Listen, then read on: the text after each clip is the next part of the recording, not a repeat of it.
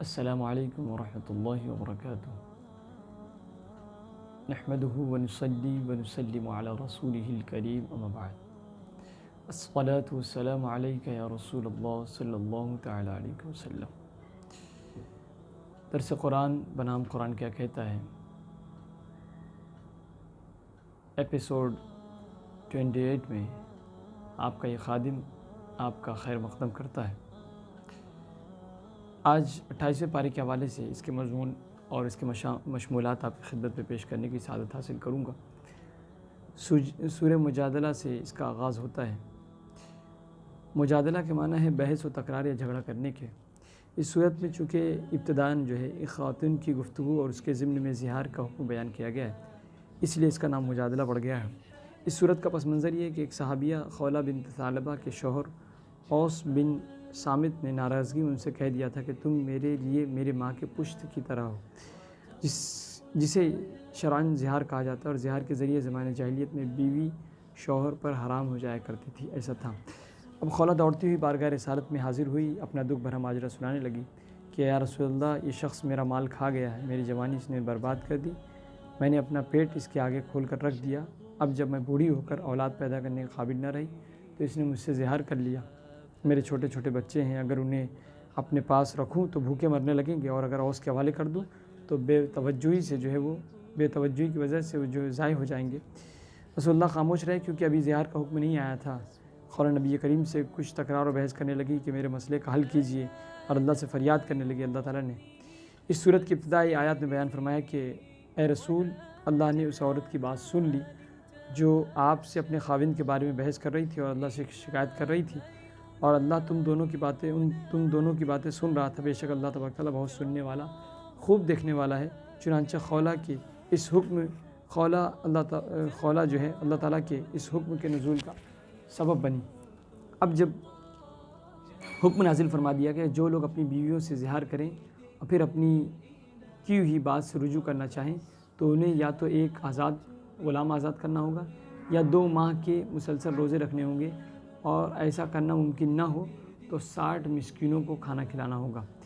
سیدہ خولہ کی دعا و فریاد کی وجہ سے اللہ تعالیٰ نے پوری امت مسلمہ کے لیے آسانی فرما دی، اور قیامت تک اگر کوئی شخص اپنی بیوی سے زہار کر لیتا ہے تو کفارہ ادا کر کے اس کی بیوی اس کے لیے حلال ہو جایا کرے گی۔ پھر اس کے بعد فرمایا گیا کہ خفیہ گفتگو سرگوشی کرنے کے تعلق سے فرمایا گیا کہ اگر 3 ہو تو چوتھا اللہ، 5 ہو تو چھٹا اللہ، کم ہو یا اس سے زیادہ ہو، اللہ ضرور وہاں موجود ہوتا ہے۔ یہود اپنی سرگوشیوں سے مسلمانوں کے لیے پریشانیاں اور مسائل پیدا کرتے تھے، وہ مسلمانوں کے خلاف سازشیں رچا کرتے تھے، تو اس لیے خفیہ میٹنگ پر پابندی لگا دی گئی۔ پھر بتایا گیا کہ ہاں، ایسی سرگوشی، ایسے مشورے کی اجازت دی گئی جو نیکی اور تقوی کے بارے میں ہو، اس کی اجازت تھی۔ پھر حضور علیہ السلام کی ذاتی مجلس کے لیے یہ ادب بیان کیا گیا کہ بارگاہ نبوی میں جب تم حاضر ہو تو حاضری سے پہلے صدقہ کرو، تاکہ آداب رسالت میں اگر کوئی کوتاہی ہو جائے تو اس صورت میں اللہ کی بارگاہ میں پکڑ نہ جا سکو۔ پھر بتایا گیا کہ مومن وہی ہے جو رشتہ داری کی اسلامی بنیاد کو ملحوظ رکھے، خونی، قومی اور لسانی بنیادوں پر اللہ کے رسول کے دشمنوں سے تعلقات استوار نہیں کرتے۔ یہ لوگ اللہ کی تائید و نصرت اور جنت کے مستحق ہیں، یہی لوگ حزب اللہ ہیں اور حزب اللہ میں شامل ہیں، اور کامیابیاں ہمیشہ ان کے قدم چوما کریں گی۔ اگلی سورہ سورہ حشر ہے۔ سورہ حشر کا آغاز ہوتا ہے۔ اس پہ اللہ سبحانہ و تعالیٰ نے اہل ایمان کے 3 طبقوں کا ذکر اس میں فرمایا ہے، اور ایک طبقہ وہ ہے جنہوں نے اپنے ایمان کی حفاظت کے لیے ہجرت کی اور اپنے گھر بار کو، اموال کو اللہ کے فضل اور اس کی خوشنودی کے حصول کے خیر آباد کر دیا، الوداع کر دیا۔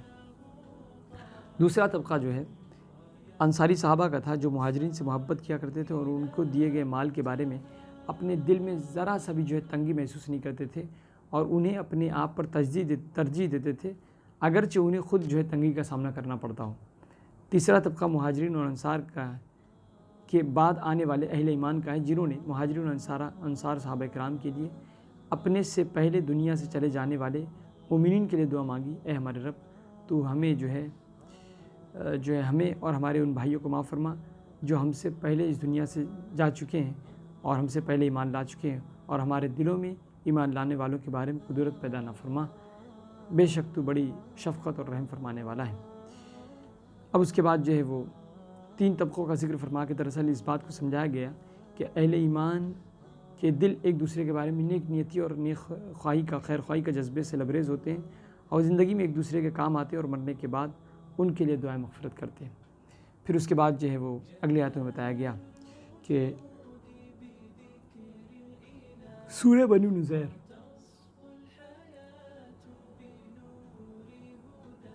اس کو کٹ کر دینا، اس صورت کا نام جو ہے سورہ بنو نذیر کیونکہ اس میں جو ہے قبیلہ بنو نذیر کے محاصرے اور پھر جلا وطن کیے جانے کا تذکرہ موجود ہے۔ یہود کے ساتھ جو مسلمانوں کا معاہدہ تھا، مگر وہ وقت پر اپنی سازشی طبیعت کے مطابق خفیہ طریقے پر مشرکین مکہ کی حمایت اور مسلمانوں کی مخالفت میں سرگردہ رہتے تھے۔ غزوہ احد کے موقع پر مشرکین کے غلبے سے ان کی سازشیں زور پکڑنے لگی۔ حضور نے ان کا محاصرہ کر کے ان کی جلا وطنی کا فیصلہ کیا، جس پر یہ صورت نازل ہوئی۔ انہیں کہا گیا کہ جاتے ہوئے جو چیز ساتھ لے جا سکتے ہو لے جاؤ، چنانچہ انہوں نے اپنے مکانات کو توڑ کر ان کے ملبے بھی ساتھ لے جانے کا فیصلہ کیا تاکہ نئی جگہ پر جب آباد ہوں تو وہاں پر اسے جو ہے وہ ان تمام بقیہ کو جو ہے وہ وہاں پر استعمال کر سکیں، اور ان کے چلے جانے کے بعد مسلمان ان کو گھروں کو استعمال نہ کر سکیں، اس قابل ہی نہ رہے وہ کہ جو مسلمان کے گھروں کو استعمال کرے، اس لیے تمام چیزوں کو لے گئے۔ اللہ تعالیٰ نے ان کی صورتحال کو ان کے لیے دنیا کا عذاب قرار دیا اور آخرت میں بھی جو اس کے علاوہ عذاب ہوگا۔ اگلے آیت میں بتایا گیا کہ قرآن مجید کی جلالت و ہیبت کو بیان کیا گیا کہ اگر ہم اس قرآن پاک کو نازل فرماتے پہاڑ پر تو اور اسے عقل و شعور کی نعمتیں عطا کرتے تو انسان جو ہے دیکھتا کہ پہاڑ جھکا ہوتا قرآن کی ہیبت سے اور اللہ کے خوف سے پاش پاش ریزہ ریزہ ہو جاتا۔ پھر اس کے بعد آخری آیت میں اللہ سبحانہ وتعالیٰ اپنے پیارے اسماء گرامی کا، اسماء حسنہ کا تذکرہ فرماتا ہے۔ حدیث پاک میں بھی ہے کہ اللہ تبارک تعالیٰ کے بے شمار نام ہیں، آپ اس میں سے جس کو چاہو پکارو، اور پھر حدیث پاک میں کہ جس نے ان تمام ناموں کو شمار کیا، پڑھا، ذکر کیا، وہ جنت کا مستحق قرار پائے گا۔ اس کے بعد سورہ ممتحنہ کا آغاز ہوتا ہے۔ اس سورت کے ابتدائی حصے میں حضرت حاطب کا ذکر ہے اور انہی کے حوالے سے نازل ہوا جنہوں نے مشرکین مکہ کو ممنون احسان کرنے کے لیے خفیہ طریقے سے مکے کی طرف نبی کریم کی روانگی کا اطلاع دینے کی کوشش کی تھی۔ وہ بدری اور مخلص ثابت ہے، مگر ایک ایسی حرکت سرزد ہو گئی تھی جو اللہ اور اس کے رسول کو پسند نہ تھی۔ بعد میں انہیں اس پر سخت ندامت ہوئی، انہوں نے سچے دل سے توبہ کی۔ اس پس منظر میں یہ آیت نازل ہوئی۔ اس پر تنبیہ کرتے ہوئے اللہ تعالیٰ نے غیر مسلموں کے ساتھ دوستی اور تعلقات قائم کرنے کی مذمت فرمائی اور بتایا کہ یہ لوگ اللہ اور اس کے رسول کے دشمن ہیں، ان سے کسی چیز کی توقع بیکار ہے۔ ایک ضابطہ بیان کیا گیا فرمایا گیا کہ جن کافروں کی شر متعدی نہیں ہے اور وہ مسلمانوں کو نقصان بھی نہیں پہنچاتے تو ان سے حسن معاملہ کرنے میں کوئی حرج نہیں، ان کے ساتھ آپ اچھائی کا معاملہ ان کے ساتھ اچھائی سے پیش آ سکتے ہیں۔ البتہ جو کافر مسلمانوں کے لیے پریشانی کا سبب بنتے ہیں، مشکلات کا باعث بنتے ہیں، انہیں نقصان پہنچانے میں مسلمانوں کو کوشاں رہتے ہیں تو ان سے کسی قسم کے تعلقات نہ رکھے جائیں۔ اگلی آیت میں بتایا گیا کہ نبی کریم صلی اللہ علیہ وسلم نے فرمایا کہ اگر مومنات صحابیات آپ سے ایک طے شدہ دستور اور منشور پر بیعت کرنا چاہیں تو آپ ان کی بیعت کو قبول فرما لیجیے اور ان کے لیے استغفار کیجیے۔ وہ منشور یہ ہے کہ وہ اللہ کے سوا کسی کو شریک نہیں ٹھہرائیں گے، چوری نہیں کریں گے، زنا نہیں کریں گے اور اپنی اولاد کو قتل نہیں کریں گے، بہتان ترازی نہیں کریں گے اور اس طریقے سے کسی بھی نیک کام میں آپ کی نافرمانی نہیں کریں گے۔ یہ بیعت ہے، اس پر آپ بیعت کر لیں۔ پھر اس کے بعد جو ہے اللہ تعالیٰ نے اہل ایمان کو اسلام کے دشمنوں سے برات کا حکم دیا کہ تم اسلام کے دشمنوں سے کو دوست نہ بناؤ، ان سے برات کا اظہار کرو، ان سے دور ہی رہو۔ اور اس کے بعد جناب ابراہیم اور ان کے ساتھیوں کے کردار کے نمونے کے طور پر جو ہے وہ نمونے کے طور پر اہل ایمان کے سامنے رکھا کہ مسلمانوں یقین تمہارے لیے جناب ابراہیم اور ان کے ساتھیوں میں بہترین نمونہ ہے جب انہوں نے اپنی قوم سے کہا تھا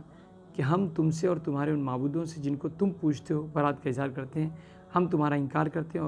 اور ہمارے اور تمہارے درمیان عداوت کی ابتدا ہو چکی ہے، دشمنی ہو چکی ہے، یہاں تک کہ تم خدائے واحد پر ایمان نہیں لے آتے۔ یعنی اہل ایمان کو محبت اور نفرت علاقے، رنگ، نسل اور جغرافیے کی بنیاد پر نہیں بلکہ عقیدہ توحید کی بنیاد پر کرنی چاہیے۔ اس کے بعد جو ہے وہ بتایا گیا کہ اس تصور کو ہی تصور اخوت کہتے ہیں کہ پوری دنیا میں بسنے والے اہل ایمان ایک جسم کے مانند ہیں۔ اگر جسم کے کسی ایک حصے کو تکلیف پہنچتی ہے تو پورا جسم اس سے متاثر ہوتا ہے، افیکٹڈ ہوا کرتا ہے۔ سورہ صف کا اس کے بعد آغاز ہوتا ہے۔ سورہ صف میں جو ہے وہ جہاد کے تعلق سے اس کا تذکرہ موجود ہے، اس لیے اس صف کہلائی۔ اس سورت کے شروع میں قول و فعل میں تضاد سے منع فرمایا گیا، جو کہتے ہو وہ کرو، جو کرتے ہو وہ کہو، یہ بات کہی گئی۔ اور اللہ تعالیٰ ایسے لوگوں سے ناراض ہوتا ہے جن کے قول و فعل میں تضاد ہو۔ فرمایا گیا کہ مزید فرمایا کہ ان مجاہدین کو اللہ تبارک تعالیٰ پسند فرماتا ہے جو اس کی راہ میں صف بستہ قتال کرتے ہیں اور ایک آئینی دیوار کی طرح اللہ کی راہ میں کھڑے ہوتے ہیں۔ اس کے بعد اللہ تعالیٰ نے جناب موسیٰ کا ذکر کیا اور پھر جو ہے کہا، جناب موسیٰ نے جب اپنی قوم سے کہا کہ میری قوم تم مجھے اذیت کیوں دیتے ہو، حالانکہ تم جانتے ہو کہ میں تمہارے لیے اللہ کا رسول بنا کر بھیجا گیا ہوں۔ چنانچہ جب وہ ٹیڑھے ہوئے تو اللہ تبارک تعالیٰ نے ان کے دلوں کو مزید ٹیڑھا کر دیا اور جو ہے وہ اللہ تبارک تعالیٰ فاسق قوموں کو ہدایت نہیں عطا فرماتا۔ پھر جناب عیسیٰ کا ذکر کیا گیا کہ انہوں نے بنی اسرائیل سے مخاطب ہو کر کہا کہ میں تمہاری طرف اللہ کا رسول بنا کر بھیجا گیا ہوں، میں تصدیق کرتا ہوں توریت کی جو مجھ سے پہلے آئی، اور اپنے بعد آنے والے ایک رسول کی خوشخبری دیتا ہوں جن کا نام احمد ہوگا۔ جناب عیسیٰ نے آپ کی آمد سے قبل ہی آپ کی آمد کی خوشخبری دے کر دراصل کائنات کے لوگوں کو یہ بات سمجھا دی کہ وہ ان کے بعد کائنات کے لوگوں کے لیے رہنمائی کا فریضہ حضور علیہ السلام انجام دیں گے۔ آخر میں بتایا گیا کہ دین کی جد و جہد جاری رکھنے والوں کے لیے ہر دور میں اللہ تبارک تعالیٰ نے کامیابی دکھتی ہے۔ اور پھر فرمایا کہ جیسا کہ جناب عیسیٰ کی دعوت پر لبیک کہنے والے حواریین کی اللہ نے مدد فرما کر انہیں غلبہ نصیب فرمایا تھا، یوں ہی اگر تم بھی حضور علیہ السلام کی حمایت کرو گے تو فتح و غلبہ اور نصرت خداوندی تمہارے ساتھ شامل حال ہوگی۔ اس کے بعد جو ہے وہ سورہ جمعہ کا آغاز ہوتا ہے۔ اس صورت میں جو ہے آغاز میں بعثت رسول کے مقاصد کو بیان فرمایا گیا کہ حضور کیوں تشریف لائے، یعنی تلاوت آیات الہی، تزکیہ باطن اور کتاب و حکمت کی تعلیم دی گئی۔ پھر اللہ تعالیٰ نے یہودیوں کی ان علماء کا تذکرہ فرمایا جو تورات تو پڑھتے تھے لیکن اس پر عمل نہیں کرتے تھے۔ ان کی مثال یوں دی گئی کہ گدھے سی ان کی مثال ہے جس پر کتاب کو لاد دیا جائے اور اس کی بوجھ سے ان کی کمر جھک رہی ہو، لیکن ان کی کتاب میں جو علوم و معارف پوشیدہ ہیں، جو پوشیدہ باتیں موجود ہیں، وہ ان سے قطعی بے خبر ہیں، انہیں اس سے کوئی فائدہ نہیں پہنچتا۔ اس کے بعد یہود کے دعوے کی مذمت کرتے ہوئے فرمایا گیا کہ اگر کائنات میں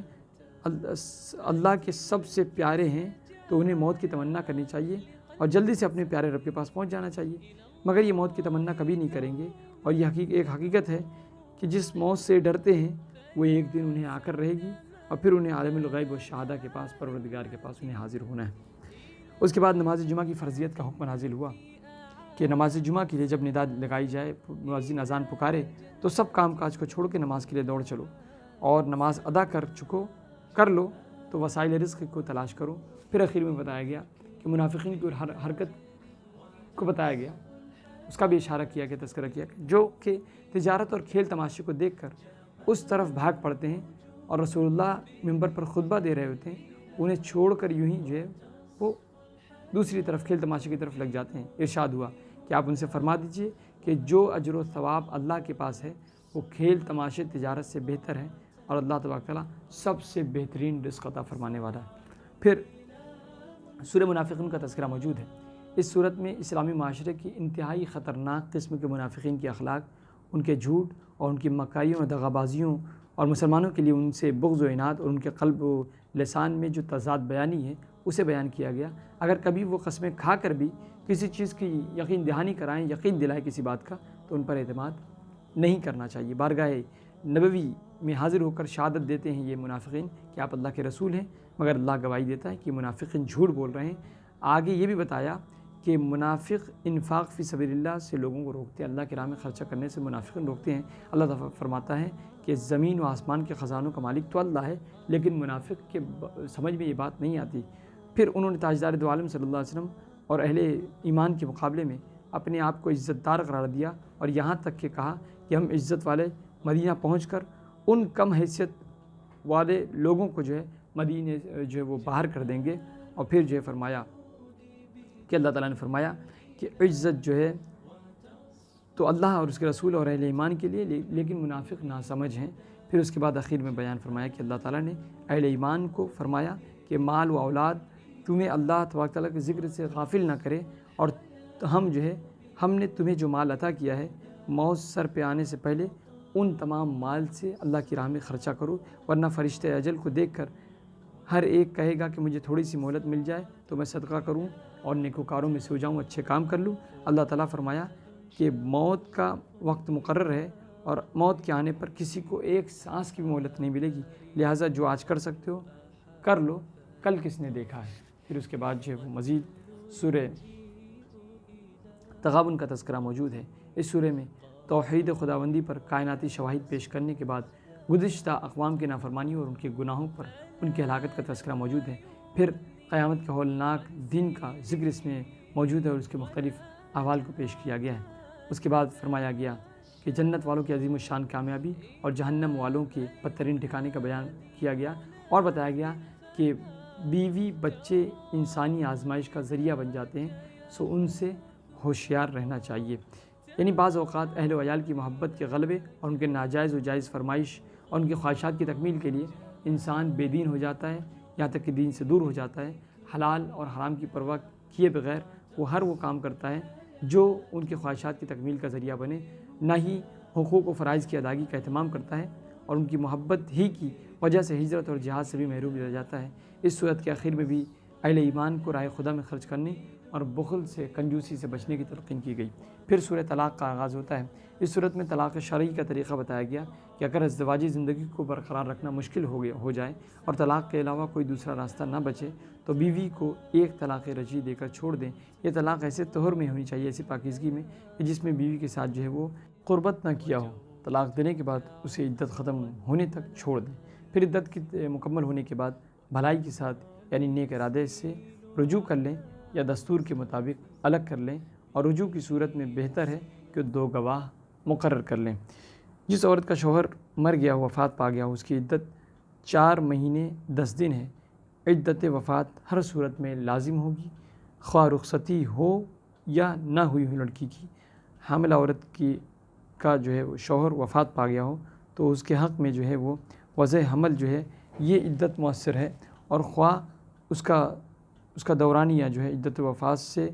کم ہو یا زیادہ ہو۔ پھر اس کے بعد جو ہے قرآن نے یہ بھی حکم دیا کہ متعلقہ عورتوں کو عدت کے دوران اپنی حیثیت کے مطابق نان و نفقہ خرچہ دو، انہیں تنگ نہ کرو۔ اگر وہ حاملہ ہیں تو ڈیلیوری تک ان کو نان و نفقہ دو، اور اگر وضع حمل کے بعد بچے کی پرورش کرنے اور دودھ پلانے پر آمادہ ہوں تو انہیں اجرت بھی دو، اور یہ تمام مصارف صاحب حیثیت جس کی حیثیت ہے وہ اپنی حیثیت کے مطابق ادا کرے، جس اسٹینڈرڈ کا ہو اسی اسٹینڈرڈ کے حساب سے، اور تنگ دست اپنی حیثیت کے مطابق ادا کرے۔ پھر اس کے بعد جو ہے قرآن پاک نے زندگی کی باریکیوں کو اتنی وضاحت کے ساتھ پیش کیا ہے، اس سے اندازہ ہوتا ہے کہ قرآن کا اسلوب دوسری کتابوں سے کتنا مختلف ہے۔ یہ قانون کی کوئی خشک کتاب نہیں، بلکہ اس میں جو ہے قانون پر آمادہ عمل کرنے والی ترغیبات اور ترغیبات بھی کثرت کے ساتھ پائی جاتی ہے، اور تمام مسائل کو آسانی کے ساتھ بیان کیا جاتا ہے۔ پھر اس کے بعد سورہ تحریم کا آغاز ہوتا ہے۔ سورت کا آغاز یوں ہوتا ہے کہ رسول اللہ نے بعض وجوہات کی بنیاد پر جو ہے وہ شہد نہ کھانے کی قسم فرما لی تھی۔ اللہ تعالیٰ نے حکم دیا کہ آپ کفارہ ادا کریں اور قسم توڑ دیں۔ پھر ازواج رسول اللہ کو تنبیہ کرتے ہوئے فرمایا گیا کہ اگر نبی نے تمہیں طلاق دے دی تو عن قریب ان کا رب تمہارے بدلے میں تم سے بہتر انہیں بیویاں عطا فرمائے گا، جو فرما بردار ہوں گی، ایماندار ہوگی، اطاعت شیار ہوگی، توبہ کرنے والی ہوں گی، عبادت گزار ہوں گی، روزے دار اور شوہر دیدہ اور کنواریاں ہوں گی، شوہر کی دیکھ بھال کرنے والی ہوں گی اور کنواری ہوں گی۔ ظاہر ہے کہ اس کی نوبت ہی نہیں آئی تو اس کے معنی یہ ہے کہ ازواج مطہرات طیبات و طاہرات امہات المؤمنین رضی اللہ عنہم نے اللہ کے رسول کو دل و جان سے راضی کیا، اور اللہ ان سے راضی، وہ اللہ سے راضی، رسول اللہ ان سے راضی، اور رسول اللہ سے راضی تھے۔ پھر اس کے بعد جو ہے وہ اگلی آیت میں بتایا گیا کہ اللہ تعالیٰ نے کامیابی کو ایمان و عمل سے مشروط رکھا ہے۔ اگر ایمان و عمل درست ہے تو جو ہے وہ کامیابی ملنی ہے، اور ازواج مطہرات اور اہل ایمان کو سیدنا نوح علیہ السلام کی بیوی کا حوالہ دیا کہ وہ نبیوں کی رفاقت میں رہ کر بھی اپنی بد عملی کی وجہ سے ناکام ہو گئی، اور اس کے مقابلے میں فرعون کی بیوی جناب آسیہ جو ہے